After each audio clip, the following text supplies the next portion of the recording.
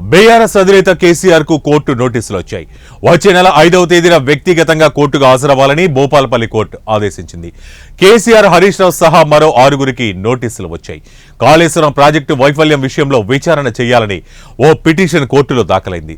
భారీగా ప్రజాధనం వెచ్చించి కాళేశ్వరం ప్రాజెక్టు నిర్మించారని, కానీ ఆ ప్రాజెక్టు అంతలోనే పనికి రాకుండా పోయిందని పిటిషనర్ పేర్కొన్నారు. కాళేశ్వరం ప్రాజెక్టు వైఫల్యం చెందడానికి ప్రధాన కారకుడు మాజీ సీఎం కేసీఆర్ఏనని ఆరోపించారు. గతేడాది నవంబర్ 7వ తేదీన Bhupalpally principal judicial first class magistrate కోర్టులో నాగవెల్లి రాజలింగమూర్తి అనే వ్యక్తి పిటిషన్ వేశారు. మేడిగడ్డ బ్యారేజీ కుంగిపోవడానికి కారణం మాజీ ముఖ్యమంత్రి కేసీఆర్ఏనని ఆరోపించారు. కాబట్టి ఆయనపై కేసులు పెట్టి విచారిస్తే నిజానిజాలు బయటపడతాయని పేర్కొన్నారు.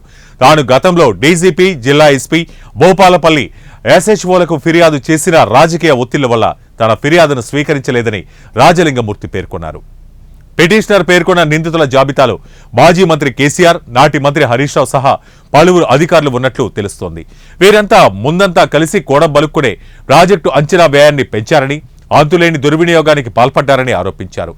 ఎన్డీఎస్ఏ కోరిన పలు కీలక వివరాలు ఉద్దేశపూర్వకంగానే సమర్పించలేదని, కావాలని కొన్ని లోపాలను దాచిపెట్టే ప్రయత్నం చేశారని ఆరోపణలు చేశారు. లింగమూర్తి, నేను జయశంకర్ భూపాలపల్లి జిల్లా కేంద్రం నుంచి మాట్లాడుతున్న సామాజిక కార్యకర్తగా ఈ గత ప్రభుత్వంలో కేసీఆర్ ప్రభుత్వం చేసిన అవినీతి మీద నిరంతర పోరాటం చేసుకుంటూ పోయిన సంవత్సరం అక్టోబర్ 20వ తారీఖున మేడిగడ్డ కుంగడం జరిగింది. కుంగిన విషయంలో నేను భూపాలపల్లి పోలీస్ స్టేషన్లో నేను కంప్లైంట్ ఇస్తే నా కంప్లైంట్ను వాళ్ళు రిజెక్ట్ చేయడం జరిగింది. వెంటనే నేను దాని మీద 200 సిఆర్పిసి ఐపీసీ సెక్షన్ ప్రకారం junior principal junior civil judge అందు నేను కేసు వేయడం జరిగింది. ఆ యొక్క కేసు జనవరి 2024లో జనవరి 12వ తారీఖు నాడు డిస్మిస్ చేయడం జరిగింది. వెంటనే దానిపైన నేను జిల్లా సెషన్ జడ్జి గౌరవ భూపాలపల్లి జడ్జి అందు నేను దాని revision petition, criminal revision petition వేయడం జరిగింది. వెంటనే దాన్ని జడ్జి గారు స్వీకరించి దానికి క్రిమినల్ రివిజన్ పిటిషన్ 2/2024 నంబర్ ఇవ్వడం జరిగింది.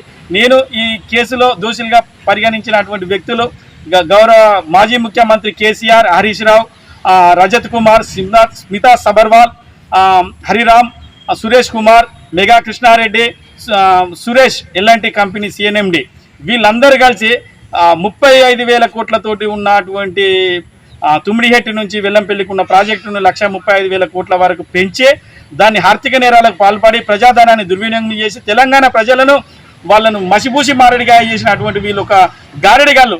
వీళ్లకు చేసిన తప్పులకు వెంటనే శిక్ష పడాలనే ఉద్దేశంతో నేను ఒక సామాన్యుడిగా నాకు ఎన్నో ఆర్థిక ఇబ్బందులు ఉన్నా మేము ముందుకొచ్చి, ఎందుకంటే రాజకీయ నాయకులు, అధికారులు ఒకటై తెలంగాణ సంపదను దోసుకుందామని ఎంతో కుట్రలు వన్నీళ్ళు. ఇట్లాంటి కుట్రలు ఎవరు చేసినా శిక్ష తప్పదనే ఉద్దేశంతో నేను ప్రజలకు నా ద్వారా ఒక మెసేజ్ ఇవ్వాలి. ఎందుకంటే ఆర్థిక నేరాలకు ఎవడు పాల్పడ్డా సామాన్యుడని ఉన్నవాడని అందరికీ ఒకటే అని తెలవాలని నేను దీని గురించి పోరాడతానా.